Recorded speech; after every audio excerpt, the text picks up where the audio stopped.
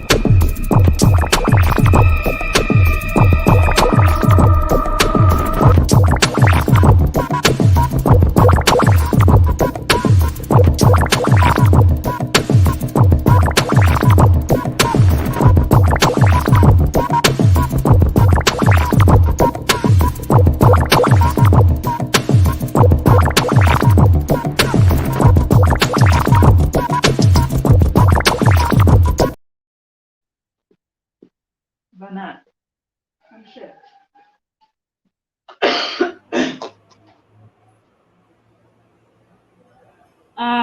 Hello everyone. Greetings to whoever is watching us at Black Mental Health Matters. I welcome you today to this another episode of Black Mental Health Matters. And today is the 30th of October 2021.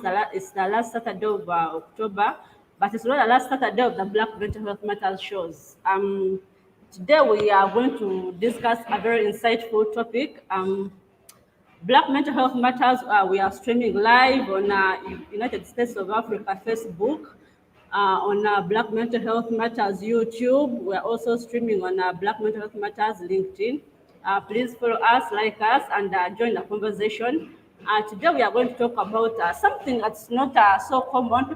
Not so many people have talked about it, and this is body shaming in relation to mental health. How does body shaming affect one's mental health? How do people perceive body shame? Because I have seen many people do body shame their fellows without second thoughts, and they do not know if this impacts them or impacts their other people. So today we have Samatha Ainembabazi in today's studio so that she can discuss with us more about body shaming. She'll probably take us through her experience if she has been body shamed before, and how it affected her mentally, and then we shall proceed as our other guest is getting on board. So Samantha, are you welcome to the show? You can please introduce yourself, and then we get into the topic. Hello, everybody. My name is Samantha Ainembabazi. I'm a mental health advocate. I am particularly more a fat phobia advocate, body positivity. I'm a spoken word artist and a poet, and I'm very excited to talk about first of all to be hosted by Black Mental Health Matters, and the topic couldn't have been one that's really more near to my heart than this. I'm really excited. Something I understand so much. So I'm excited to talk about this. Thank you so much, Samantha, for being here. So, as we get into the topic, uh, have you ever been body shamed before? I Yeah. was body shamed today morning. Is that bad? The question should have been, have you not ever been body shamed? I would have had an interest. I would have had to think about that one. But have I ever been body shamed even today morning? Today morning. Yes. Wow. Okay. Because me getting to know you, it was through a body shamer's post, and actually a comment on someone's post on social media, where someone is trying to appreciate you for the good work you're doing, and the confidence that you have in yourself. And then someone actually literally came out and said lots of things about you, and I was like, wow, how do people feel about this? So whenever you get body shamed, how does this affect you as a person? You know that people have made my fatness all that there is about me. See, because before I'm fat, first of all, I'm a human being. I'm a woman. I feel like it's just a tiny, I'm a mother. It's a very small part of who I am, but the world has made it who I am, who I live and breathe. I live and breathe fatness. So it's really drawn a lot of weird attention to me and made me worry about participating in some of these things. Like, am I ever good enough? Will they see beyond my weight? Can I take this job? So it just makes me feel like I shouldn't be taking up space. Okay. Yeah. I was actually once Uh, suicidal because of this whole thing. So it's the feelings are really quite negative and low. Yeah. yeah, I understand. There is a time when actually when someone made a post about you, about your confidence as you're reciting your poetry somewhere. Someone came and made a comment, and then later you made a very long post.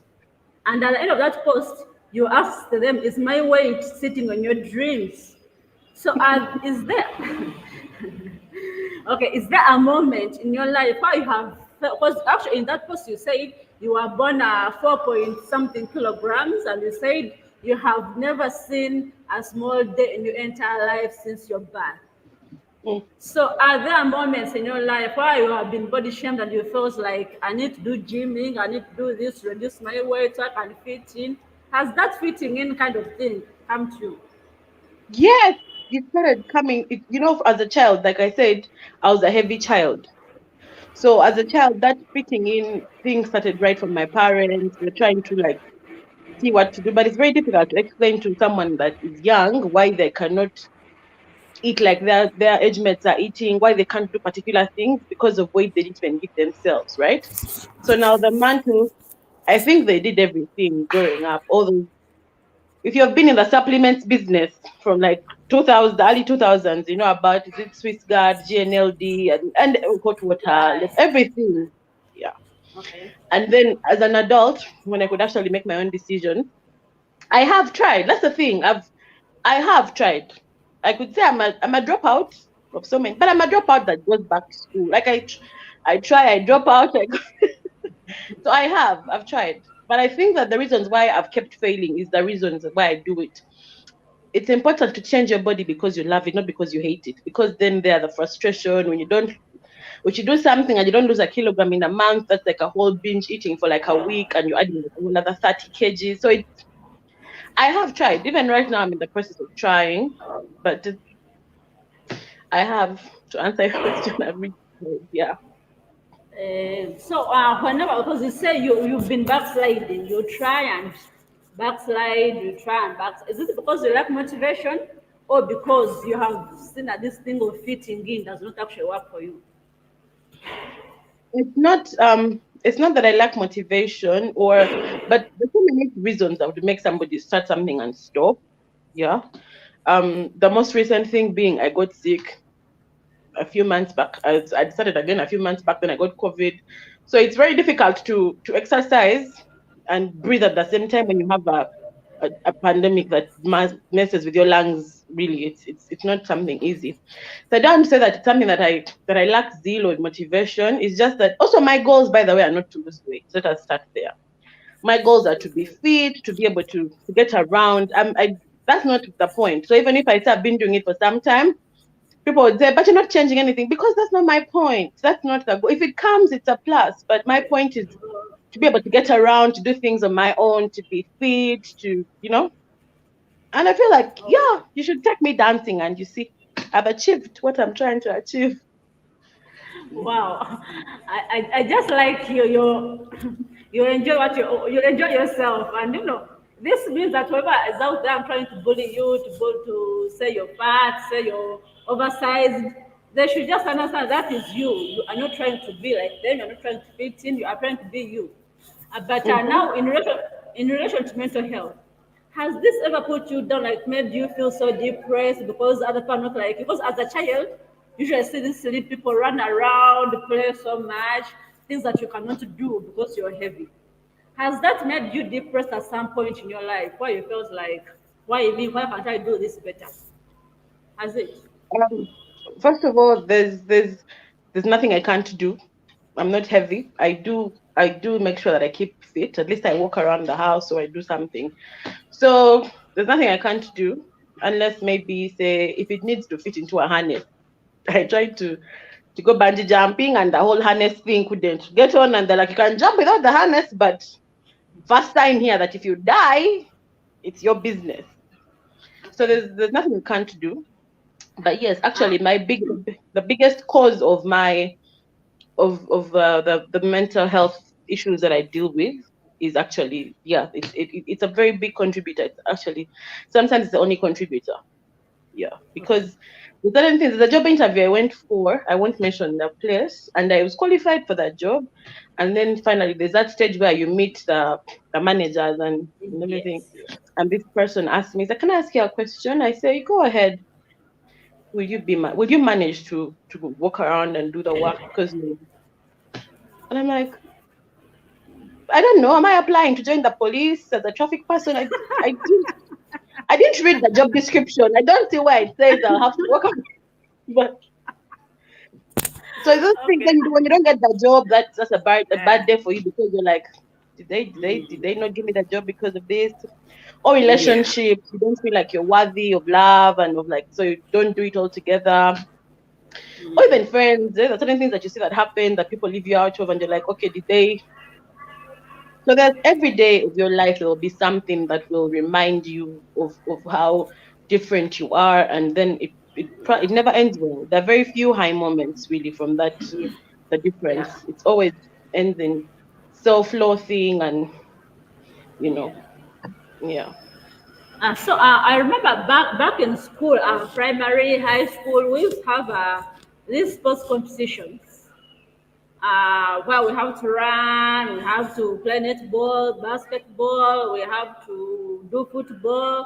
I was in a single sex school, but we used to do football. I was allowed to do football. So, did you ever join any of those games? And how was Yeah, it? How did your fellows perceive you? it wasn't, interestingly, it wasn't a problem. I when I joined the school I was in for O level is the best basketball girls school. I won't mention it, but if I say it's the best, everybody knows it's the best basketball school in Uganda for girls. I don't know. I don't know. You you ask the best basketball school in Uganda for girls. And so when you join, Okay. you come from this outside and you're excited. The first thing you have to do is play basketball in that school, because people are getting scholarships at universities because of that and what. So I did play basketball, I think for like a term. Okay. Then I played netball, but I didn't understand why we shouldn't move with the ball, so I dropped out of netball. It was a bit, I can't not move. So I don't say that I've ever, but when it comes to sports day, I was always, right from primary, I always used to participate in, is it shot put and tug of war. I always used to participate. So I was involved in the activities. Yeah. Okay. So, if you're involved in this circumstance, where of course we have teams, we have team A, team B, and then of course you belong to a certain team. How did your team members perceive you? That from did they say you are going to make them lose? Did they, treat you like everyone else? How did it go? Even if I was not in the pitch that day and tug of war came, my team members would make sure they look for me and ensure that I pull for that team. Because as really, we never ever lost if I ever held the rope and we pulled tug of war. So yeah, I've never felt off a team before. No, I haven't. That hasn't been an issue. Oh, okay. Yeah.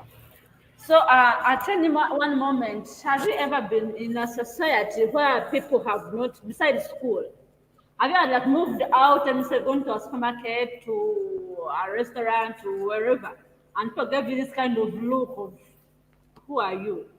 I mean, why are you like that? Has that happened to you? Every day, almost every day, we just walk out the shops, and there's this thing where everybody believes they're a medical doctor. So you just meet every person you meet, be like, yeah, you're going to get diabetes. You probably your heart is going to explode. Your kidneys over your. So I move around, like I'm surrounded by organ harvesters and medical doctors everywhere I move. People have, I don't know, Uganda, either the business is booming of organs and my being fat is affecting their business. I don't understand. But I will walk 2 steps in the local language. They'll start. It's not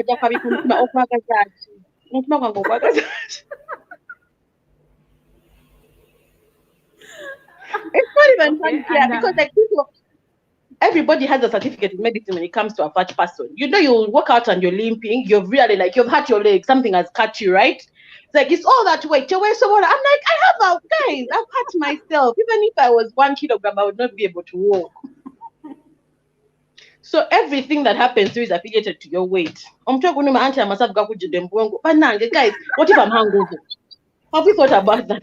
Like there's so many you can never just exist as a as your entirety if you're because of what you look like. So even if I decided to on this call right now and I walk out, would hear all these comments together.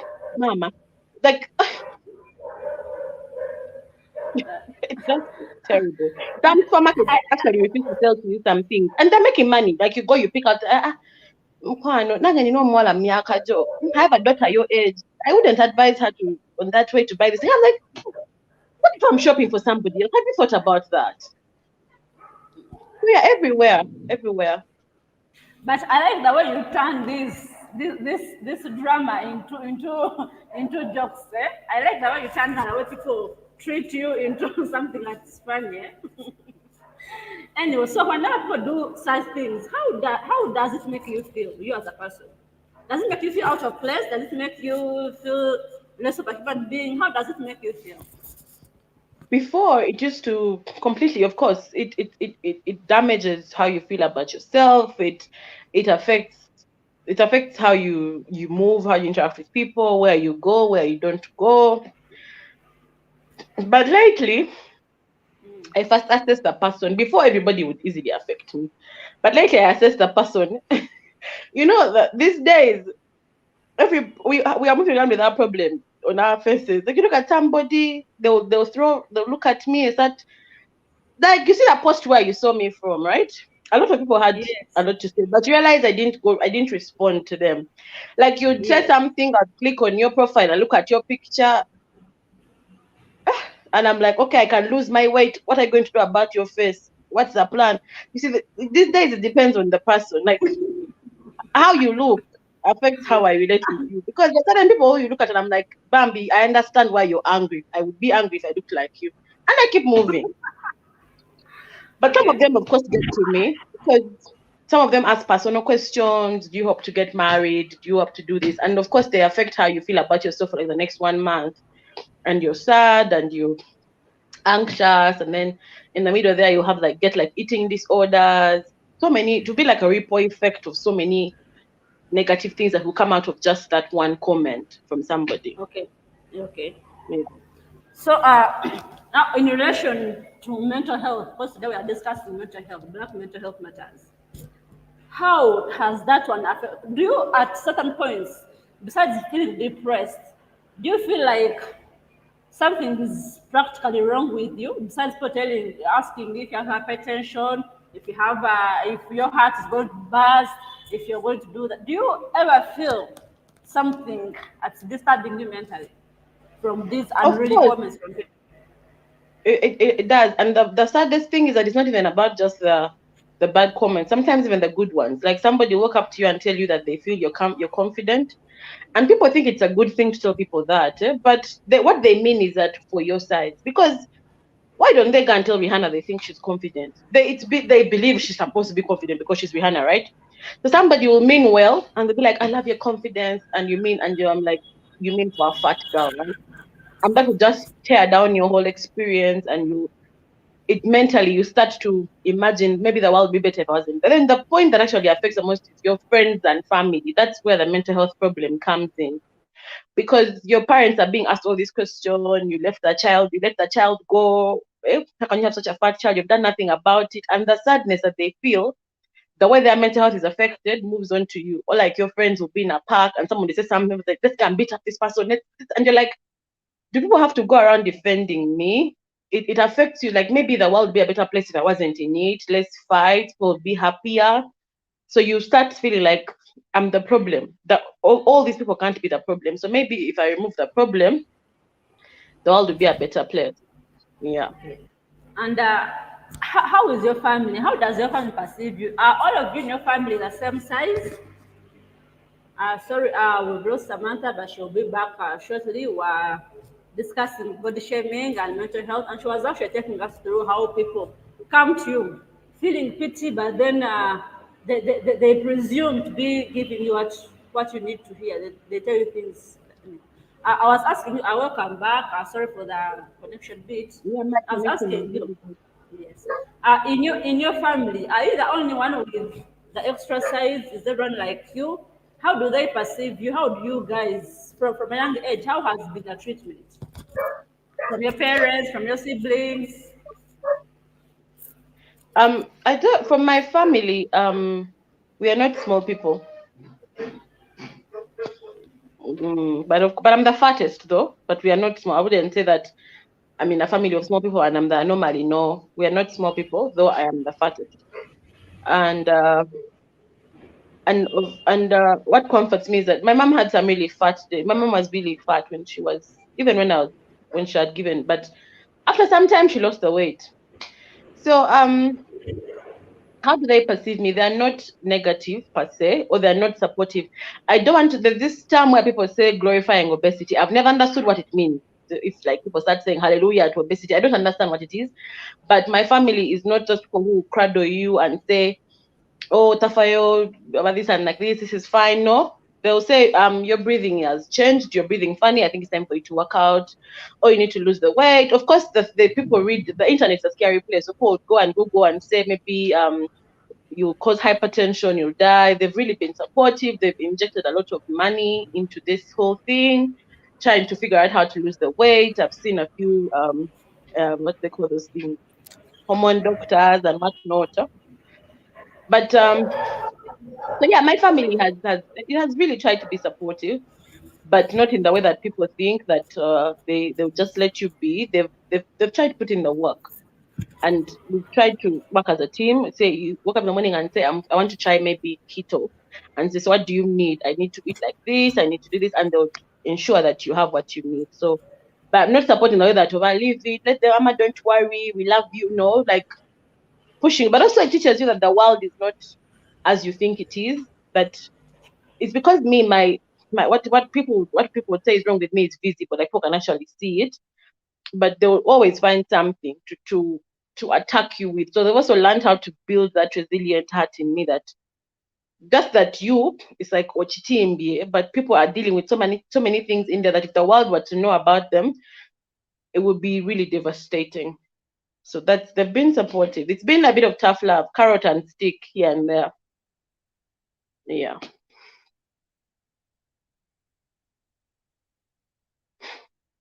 It's been a bit of tough love, but I think just like you don't people to come and tell you you're confident when you know they're not doing it for the right reasons.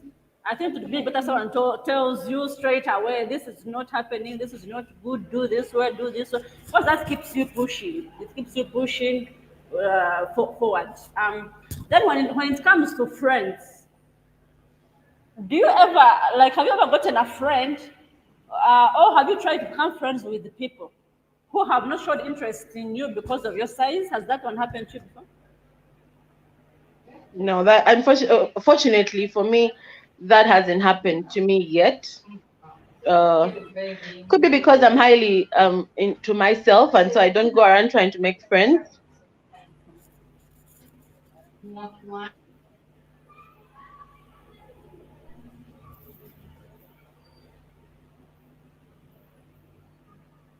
Yeah, sorry about that. So as you were saying, that wonderful family of mine is everywhere. So I'm trying to tell them to leave me alone so I can, so if they don't hear, you don't hear them much.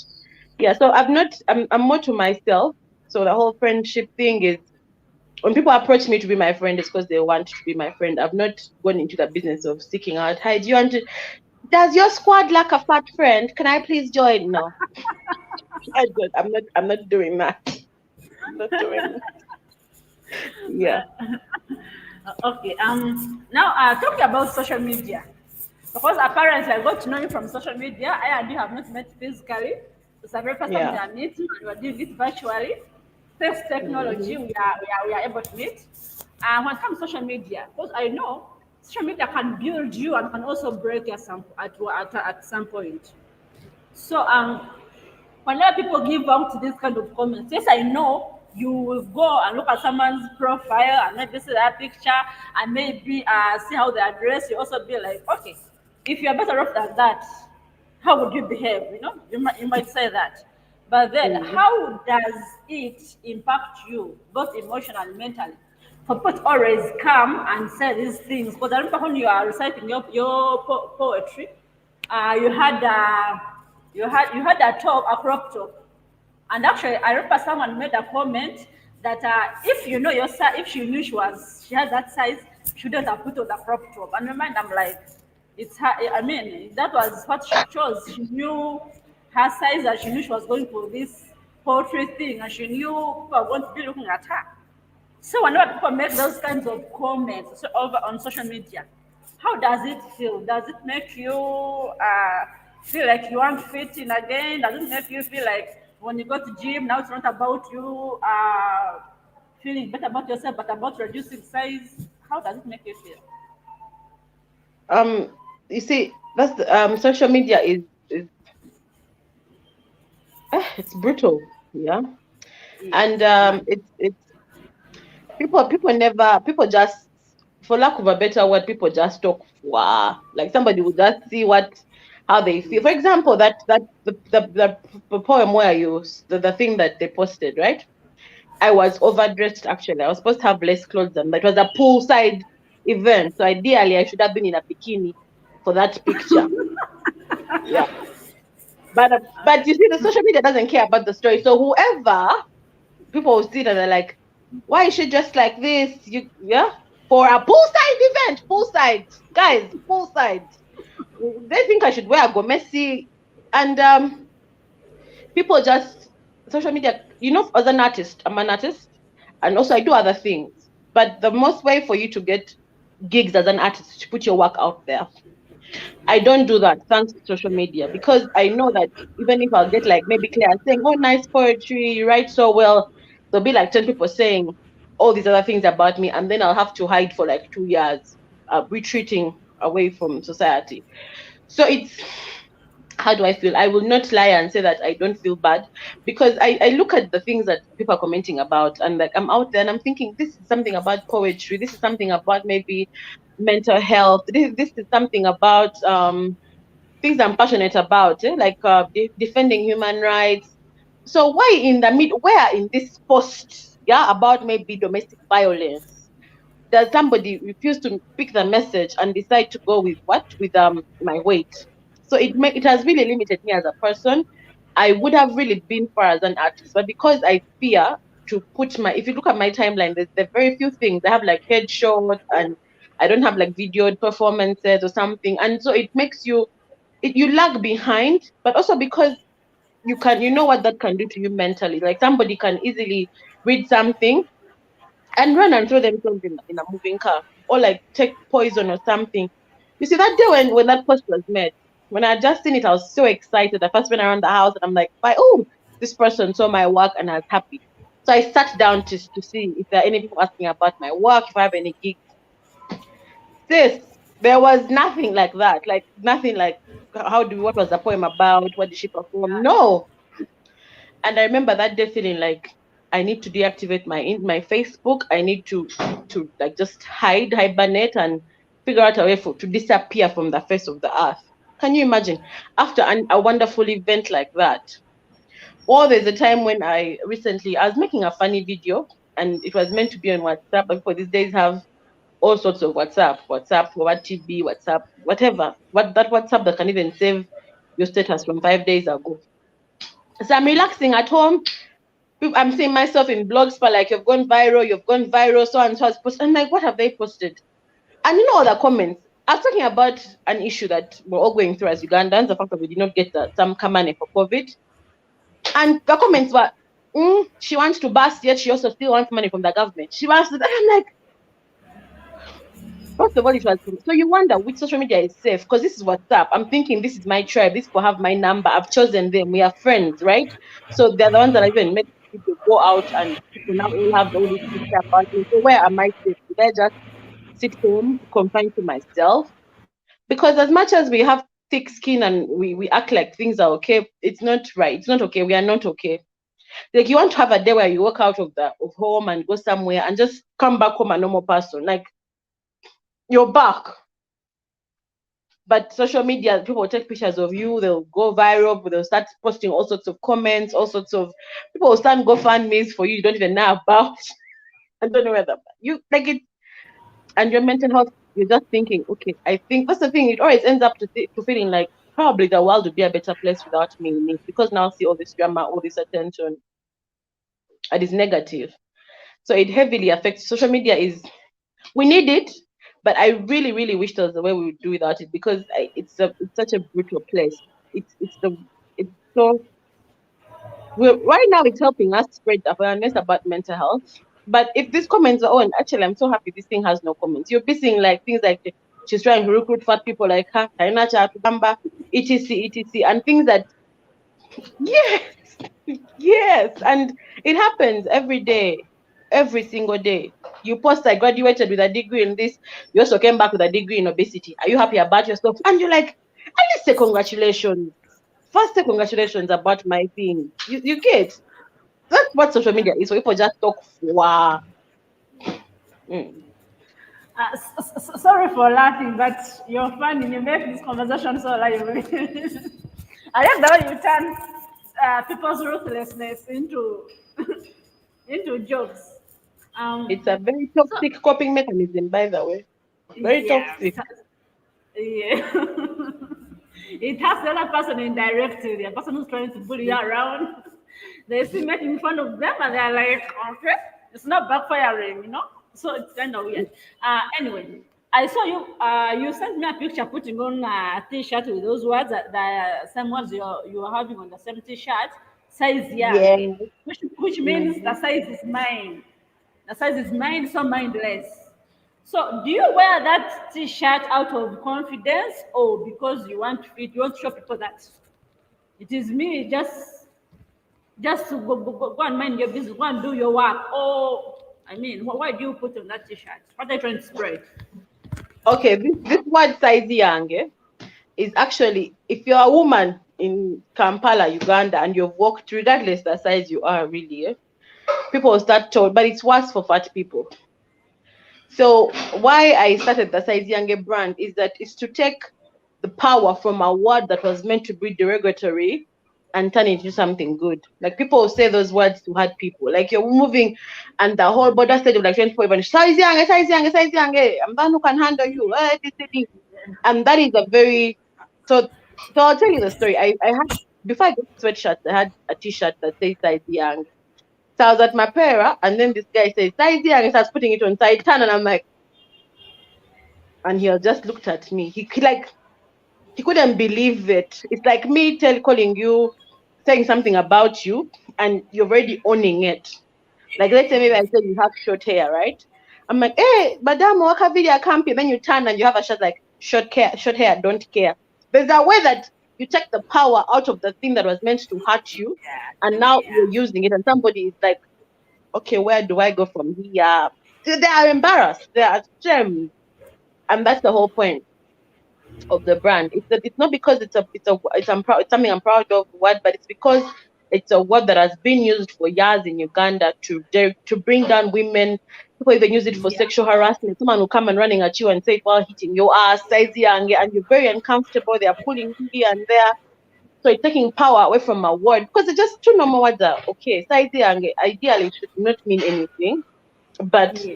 in Uganda, it's the worst thing to hear because it triggers trauma, it triggers like, sexual harassment, body shaming, and to take power away from such a word that has been meant to mean two simple words that have been meant to mean the worst things in the world is the whole point of this idea and this thing.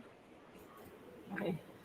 So, as regards size young, have you tried to recruit people who are like you, the same size as you, so that you can teach them? Because I say you're brilliant and you're trying to own up your space. You're trying to be yourself. You're trying not to show people this is me. Look, I'm not living a life that you're living. I'm living my own life, and I'm going to be me, no matter what you do. Have you tried to recruit people to bring in people who are the same size as you, so that you can make them feel as confident as you, make them feel as happy as you, make them own their spaces, so that even if someone tells them, hey, they will be like, I mean, it's my heart. Why would you want it? Yeah? Have you tried to make people feel as confident as you are? I'm smiling because of the word recruit. People are so scared of that word. When you say recruit, people are like, this person is trying to make people fat. I'm getting people who are not fat, and I'm preaching the gospel and recruiting them into my fat cult, where we even have t-shirts. We are going to get some chains. We have a leader, me. I'm like, but you waited over fat cult. So when you say recruit, that's why I'm laughing. I But have I? understand. Yes. So but I'm trying so hard not to make size young a size specific, because we all have insecurities. We are body shamed.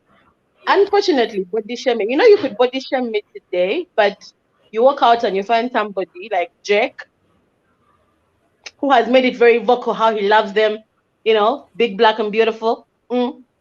And then he will shame you because for you, you're not his taste. Yeah. So I'm trying so hard to make sure that it incorporates all sorts of sizes. And I've started a YouTube channel finally. It's a size Yange, where I'm teaching about different things and what is body shaming, what is body positivity and my health, those kinds of things. But also there's a lot of misinformation. So when I get into spaces, I do my best to ensure that people know the facts. Yeah. So I'm trying my best. Sometimes, these things that are fueled off emotion are very difficult to maintain, because something like this, it involves me putting myself out there with my biggest insecurity, like to be at the forefront, tell people, hey, I'm fat, I'm asking for space, I'm asking for, it's really difficult, because you come out, Claire will receive you, somebody else will bash you, there will be like a whole skit about you in some comedy event somewhere, and that it will be really difficult to become a meme, and you retreat. So it's this emotion work, this mental health, things that require your mental, are very difficult to sustain because they drain. Yeah. But yeah, there's a YouTube channel, there's a Facebook, there's an Instagram, and I'm also very happy. Like yesterday, I was somewhere and I met a fat person, and I was so excited. I kept smiling and hanging around them. So your question about friends, actually, yeah, I met a friend yesterday. And I was so happy because it's like, look at you. She had a face beat. She was just really beautiful. And I'm like, you're taking up space, you're owning up, you're standing for your rights. I love you. And we became friends. So yeah, I try. But it's not easy because, like you said, for a thing, people are afraid of what they don't know. So when you start, people are like, this person is going to recruit me into fatness.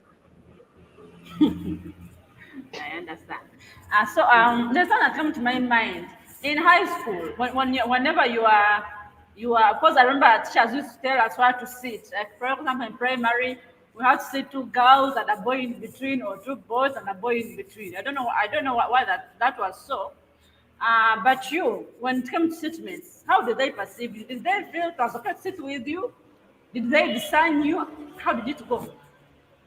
It actually went well. I thank God that of all the sacrifices my parents made, they ensured that I went to good schools. Also the school matters because the exposure of the child. So I went to not fully, but semi-international schools. So these kids they've seen everything really. The place though that I struggle with getting people to sit with me is buses. I remember I was going to Kenya and nobody wanted to sit in a chair next to me because apparently I'd taken up the whole seat. And it was this, and remember now the bus moves when it's full. I don't have money to pay for the next seat. I'm not going to pay for two chairs. And this drunk woman comes and sits next to me and she's like, oh, mommy, I don't care. Me, I'll sit with you. You're my daughter. So, so I struggle. Maybe like the only place where I've had issues with where to sit is maybe mean transportation. People always feel like you're going to squeeze them or you can't sit. But school, I didn't struggle with sitting in school. Transportation, even movie theaters have not struggled because they have those, what do they call that? Love chair, that seat that is, yeah. School, no, I never ever struggled with a desk mate. Yeah, but these are the things, sometimes it's hard. It is. Yeah. And then, have you tried like to meet up with a mental health practitioner, then it's a clinical psychologist, psychiatrist, for a mental health examination to help you understand life, to affirm the fact that that is you, that is who you are, and they have to give you ways of living now this world full of bullies. People are always going to look for the worst side of you. Even when there are 100 good things about you, they will always look for that one small thing that's going to put you down. Have you tried to visit these mental health practitioners to help you with that? I have. I think the first time was in 2013, and I have, and then there's a bit of more. There, of course, for somebody to end up clinically depressed, there are so many factors that would have to contribute, but it was a very big contributor to that analysis. So yeah, I have, and also so from then on, I've done it a few times because of course it gets overwhelming. Insecurity piles up, you get this paranoia, this anxiety. But I've also gone as far as ahead with a friend of mine. She's called Gloria. We've started a mental health initiative called Broken Crayons, where we are also like working on such things, especially what my body and my mental health. What is the connection? Where we're also seeking out to learn a bit about those things. Also, I've done a few trainings in mental health myself, where I can easily be able to dispense of this information to other people. So yeah, Okay. I have. Okay. It's When not. it comes It's to not. food, okay. Okay. Yeah. Proceed. It's not. Though it's not something that I'm sorry to say this, and maybe ever since I've gone there, they've been improved. But Uganda does not have like our mental health system doesn't cover a range of topics. But there are certain things that people are used to. Like we started out, our whole mental health was built on HIV counseling, right? And it has been from HIV counseling that we've built on to other things, incorporated maybe family and divorce, these other addiction. So to tell a doctor that you're fat and you're depressed about it, the answer it looks easy, like go to the gym. So there's not been that whole body shaming knowledge even in our practitioners themselves. They feel like things are clear cut and easy for them to. It should be a self-diagnosis, really. They diagnose you fat. Even a psychiatrist would diagnose you fat before he sees the depression that comes with being fat, the way you starve yourself, whether you become bulimic, keep eating all the time because you feel like people don't our mental health is not that broadened out to different causes of the mental health issues. We're kind of locked into particular things like sexual abuse. That one we can handle very well. As a practitioner, I'll sit with you, tell me through the rape, you're better than this, you did, but then tell them, okay, so I'm fat and I'm depressed about it. Have you gone to the gym? Like, that's not the kind of doctor you are, though. You see, that's the problem. I've not come here to. So it's a bit difficult for people to seek for mental health help in relation to their bodies from the practitioners that we have right now. Though I will say I've not seen one since 2019, so maybe they've improved. But for the 6 years I was seeing one, it was a bit. It's because I had other issues that were probably causing the trauma, and they would easily understand those. But my weight is not something that easily navigates me, unfortunately. Yeah. Okay. So when it comes to food, to eating, what are your eating habits? I mean, you already are oversized, and you know, people, like for example, if you went to a restaurant and ordered for chicken or maybe a burger or something like that, people are going to be like, oh, eh? So she's also going to eat this, and she's that size, you know?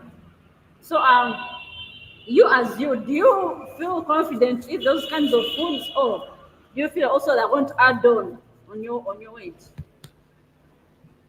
It depends. It's a feeling. You wake up in the morning and you're like, you know what? Whatever happens, happens. You see, all the times you wake up and you're all like, yeah, so for this whole month, I'm going to be a rabbit. I'll only eat what grows in the ground. So I cannot say yes and no because, like, food is not. We're not cows that we know we have to eat grass. We have a lot of like options. So food is not something I can easily say I do eat them or I don't because it depends on how you're feeling.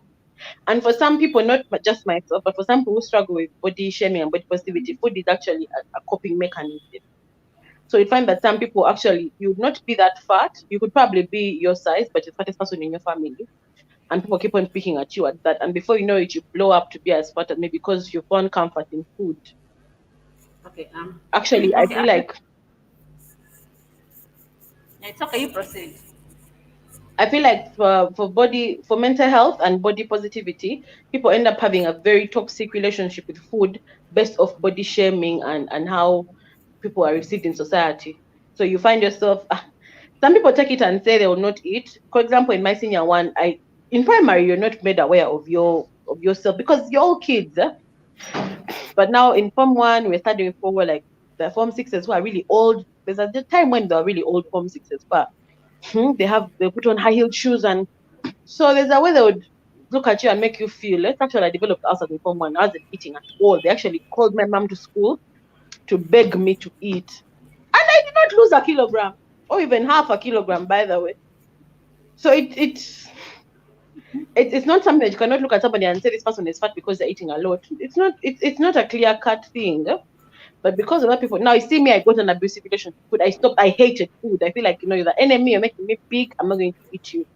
Or somebody else. This reaction will be you're the friend. You're who I'm looking for. Come to me, you food. So the way we deal and handle food after body shaming differs from person to person. Me, I think I'm in between. Some days I'll handle it well. Some days I'll be like, you know what? Yeah, fachi. They already think I'm doing it anyway. Let me eat my 21-piece chicken in peace. Yeah. Okay, thank you so much. Arona is here. Arona, can you hear me? Hello, Rowena. Can you hear me? Hello? Unmute your mic, please. Can you hear me? Well, it seems she's still having some network issues, so we can proceed. So talking about school, actually talking about the post, I will keep on going back to the post that you made on social media because that post was kind of catchy. It was something that was putting some people into their places. And somewhere you said you are in a happy relationship, okay, talk about the positives that have happened in your life, happy relationship, you are running some businesses, you are 25, you are doing this like, and you later on you came down and said, is my weight sitting on your dreams, so I want to refer back to your post. So how is your relationship? Because apparently you said it was you are in a happy one. How is it? How is Mr. Right? I plead the fifth.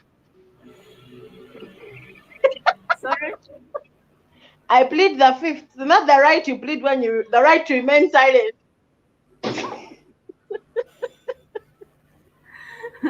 You remain silent. I plead So the right to remain silent. okay. But I will just say something very abstract about that. Is that even before you've settled something, one of the things that actually you always look at other people and be insecure and send them to that other person and be like, so this person has a perfect. Thank you. So this person has like a perfect body, or like, go be with this person. Why would you choose to be with me? Because you look at like they see them with you, and people keep talking about. People be like, how is this going for you? How they have a lot of questions, and so it makes you very unhappy person, and in the end you put a lot of strain onto your relationship because you're always paranoid, you're always checking phones. Any person smaller than you, which is every other person in the world anyway, causes you like a lot of like heartache and trauma. So you sometimes decide to do away with it altogether. Some people come to you with different reasons. People have approached me and said they have a fat fetish and they thought they had been with the fattest person they know, and then they met me, so they're trying to break their own personal records in their own way. And so you never know the intentions why somebody comes to you, and so it makes you very paranoid and very, you're hard to be with because you're always checking. Even the person that you're with doesn't have peace of mind because they're always asking him questions like, so would you be with that person? Is my sister attractive? Is my this and this good? Is that friend of, because again you feel like everybody else looks better than you because everybody else is smaller than you. So for me to come to that point is not easy. It's just somebody has to be ready to reassure you almost every single day that they're choosing you, they're deliberate to choose you, that there's people that would probably look better than you, but they want you for you. And it's heavy. It's really heavy. It's a very difficult thing to take somebody through. That's why it's important for us to fix our mental health, because once I feel good about myself, I will not have a doubt that my partner does. But because I don't feel good about myself, I need to be reassured all the time. And even when they reassure you, you look at how they look at other people, you're like, why are you ever talking to even to this person? Or like, because you always feel like anybody smaller than you, even if it's just 1 kilogram, has a higher chance at this happiness than you do. So even relationships are very hard for you to maintain and to be in overall. Yeah. So how does it feel? Because in cases where because I know we might be in relationships, but our partners have friends of the opposite sex, and they usually like meet like when we go out, maybe they meet up with them, and then they have to do the hugging, the talking. How does it make you feel insecure that he might run The away with only this ones other I don't same? appreciate are the ones that they carry and they swing around. And I'm like, you can't do that to me. Why are you doing that to this person? Why? Yeah, that one is out. They're not going to carry you and swing you until they can carry me and swing me. They're not going to carry anybody and swing them. That one is out. So, so how do you control it? What if it's an involuntary action, like it just happens he has carried someone? How would you react? They better swing their way out of my life. Let them keep swinging to the door. And they live swingily, happily ever after. Yeah. Oh, Samantha, you are so much fun. You are so much fun. It's been a pleasure having you here. As regards to today's topic, bullying, body shaming, mental health, what would be those remarks you would want to leave with people so that they can always speak on them, especially people of your size, who do not feel like the public appreciates who they are? What are those remarks that you would want to leave with them? My remarks are actually not for people my size. I would love to have remarks for people who cause the problem with people of my size. Yeah, if that's okay. Because our problems are not, by the way, before you're told you're not beautiful, you don't, because everybody knows they're the most beautiful person they know. Until you walk out and people start telling you how you have a big stomach, how you have this, and how you're not attractive. So my remarks are for who do not think, who feel like they need to give an opinion about people. I'll say this first of all. Body shaming is in our schools. Yeah, it's with our children. I've seen people in nursery be body shamed. I've seen people in primary be body shamed. These are your children. You're giving birth to these people. They're learning from you. You're giving birth to bullies. You're building a long generation of bullies. That if Auntie Samantha or Auntie Samantha's partner came home with Samantha and you were like, even when the child goes to school and sees somebody that is just slightly fatter than her, they're going to make that person uncomfortable because that the child has been made to believe that different equals bad, different equals ugly, different equals disgusting. So as adults, you have given us trauma. We are very grateful for it. We are going to live our rest of our lives trying to unlearn the things you've taught us about ourselves, how we are ugly, how we are disgusting. But as children, let us really make sure that our children we're not passing on this nonsense. If you don't have land to leave your kids, leave them good manners. Don't leave bullies in the world. Don't leave it's not your business. That's the thing. Somebody's body, if I've come to you and I'm like, Claire, what do you think I can do? Please advise me. But if I've not come to you and asked for your opinion, kindly put it where the sun don't shine. Please. Yeah, that's all I'll say. And for anybody else that has anybody that feels like we're in dwarfism month, this is the dwarfism month of awareness. So I'm trying to learn a bit. I'm late to the party, but I'm sure the next dwarfism month we shall have a lot to say. But the smaller people, the person I ran Broken Crayons with is actually really small. That's her point. Toria, you're just bones. You get, they're like everybody size is going through something. So please, everyone, is not just about fat people. Anybody out there that has something they're uncomfortable with, I just want to tell you that beauty is not size specific. Love is not size specific. There's no wrong way to have a body. There's no right way to have a body. I love you, and you are the most beautiful person there is. Now go look in the mirror and believe it. Yeah. Thank you so much. Those the closing remarks were actually very powerful. And before we go, there is someone who made a comment here. She's called Michelle. She said, I'm sorry you had to endure that. I think this is the point where you said these border girls who say Zia on the streets. So Michelle says, I'm sorry you had to endure that. I would rediscover the move for myself. Do your best to forgive him. The forgiveness for you, not him, and learn the idea that you aren't worthy. Say affirmation that confirm yourself. I'm worthy, I'm healed, I'm living in the divine truth. Wow. Thank you so Amen. much, Michelle. Amen. Thank you Oh, so much, Lord. Michelle, for that comment, and it's uplifting, really. So to whoever has been watching us from wherever the world you've been from, my name is Glenn Asasra, and today's episode ends here. You know, everything that's sweet obviously has come to an end, and even the sour things come to an end. But Black Mental Health Matters has our next episode next Saturday. You can tune in for another thrilling episode by some other person who's not me. But from me and from Samantha, we would like to wish you a good night from here in Uganda, and the other person of the world where you are, we say greetings, and we shall talk to you some other time. Good night, Samantha. Good night, everyone. Good night. Thanks for having me.